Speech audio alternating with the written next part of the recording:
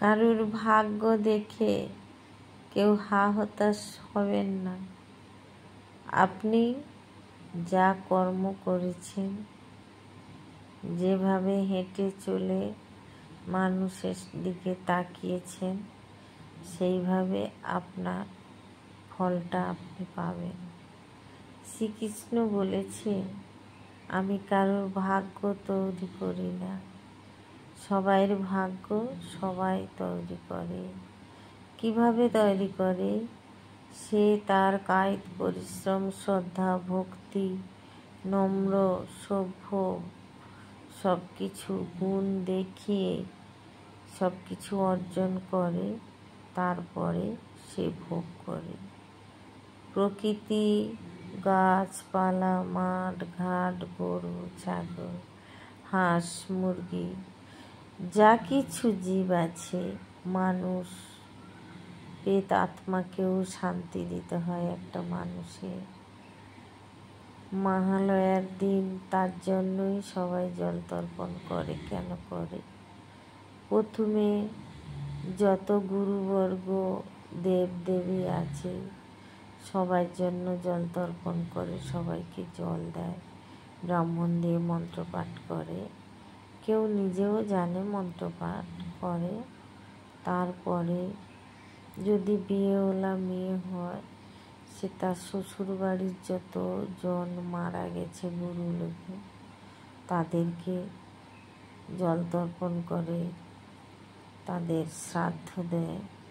তারপরে বাপের বাড়ির লোকে যারা যারা মারা গেছেন তাদেরকে জল তর্পণ করে, তাদের শ্রাদ্ধ দেয়। তারপরে তার শ্বশুরবাড়ির গ্রামে যত গুরুবর্গ মারা গেছে তাদের নামে জল তর্পণ করে, শ্রাদ্ধ দেয়। তার যতটা নাম জানা আছে ততটাই করে। তারপরে সংসারে সবাইকে শ্রদ্ধা, ভক্তি, ভালোবাসা দিতে হয়, রান্না বান্না, কাজ কর্ম সব কিছু করতে হয়। তারপরে সবার জন্য কর্তব্য করতে হয়। আপনি বেরিয়ে গিয়ে সাধু হওয়ার চেয়ে সংসারে যদি তোমাকে কেউ রাখতে চায়, কেউ ভালোবাসে, তাহলে তুমি সংসারে থেকে সাধু হতে পারো। সংসার ধর্ম বড় ধর্ম, ওই ধর্মকে মেনে চলে পূজা পাঠ, নিয়ম কানুন, এবং তুমি নিরামিষভোজী হতে পারো। তবে কাউকে চাপ দিয়ে নয়, নিজের বারব্রত নিজে করবে, তো নিজে রান্না করে খাবে, নিজে রান্না করে খাবে। কাউকে চাপ দিয়ে নিজে বারব্রত করবেন না। নিজের যা যা কাজ নিজে করবেন। নিজে যে সাধু সাজছেন, ভালো কাজ করছেন, ভালো মন আছে, এটা কাউকে দেখাতে যাবেন না, কাউকে ওভার থিঙ্কিং করবেন না। ভাববে যে এগুলো আমার ভালো লাগে। কেউ যদি বলে করিস কেন, বলে মানুষে তো খেলা করে, তো আমি এটা পুতুল খেলার মতো এগুলো খেলছি, কারণ আমি এত কাজ করছি তো ভালো লাগে না, তাই আমি এগুলো করছি। কিন্তু তুমি জানো যে এগুলো তোমার কাজ, তোমার কর্ম, তোমার অর্জন, এবং তুমি ধর্ম কাজ করতে চাও, ভালো থাকতে চাও, এই কাজের মধ্যে বহাল থাকতে চাও। এই কাজ হলে তোমার আত্মা শান্তি পায়, বা তুমি বুঝতে পারো যে আমি অনেক কিছু কাজ করলাম, লাস্টে এইটা করলে আমার কাজটা মানে রোজ কমপ্লিট, রোজকের কাজ, এটা আমার কাজ করবে আগে। তারপরে তুমি সারাদিন না ঠাকুর ডাকতে পারলেও রাত্রে ডেকো, সকালে পারলে সকালে ডেকো, যখন তোমার সময় হবে ফাঁকা করে একটু মন ঠান্ডা করে, তাহলে দেখবে তুমি তোমার কর্মফল পেয়ে যাবে। কাউকে চাপ সৃষ্টি করবেন না তোমার কাজের জন্য, যে আমার কাজের জন্য কাউকে চাপ সৃষ্টি করবেন না, এটা করবেন না।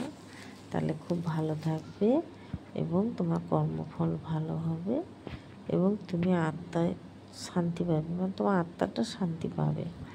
এবং গুরুবর্গ যারা মারা গেছে তারাও দূর থেকে তোমাকে আশীর্বাদ করবে। আর তুমি সবার থেকে আশীর্বাদই পাবে। আর সবাই যখন আশীর্বাদ করবে তখন তোমার মনে হবে কত কঠিন কাজও তোমার কাছে সহজ হয়ে গেল।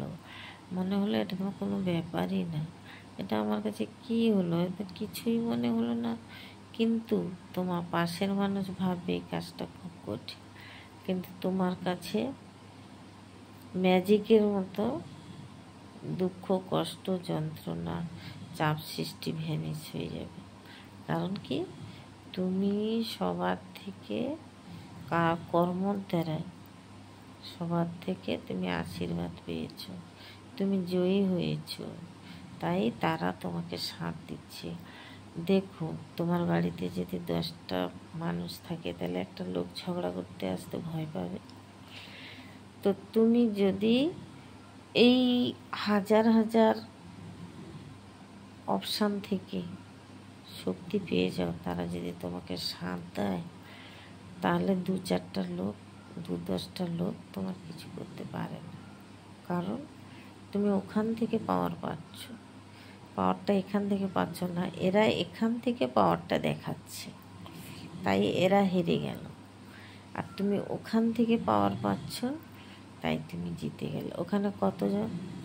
বাপের বাড়ি গ্রামে আপাতত তোমার 20 জন 50 জন হবে, তুমি যাদের আত্মার শান্তি দিয়েছো, যারা স্বর্গে যাওয়ার পথ করে দিয়েছো। তুমি একটাই মানুষ, কতজনের স্বর্গে যাওয়ার পথ করে দিলে, তাই না?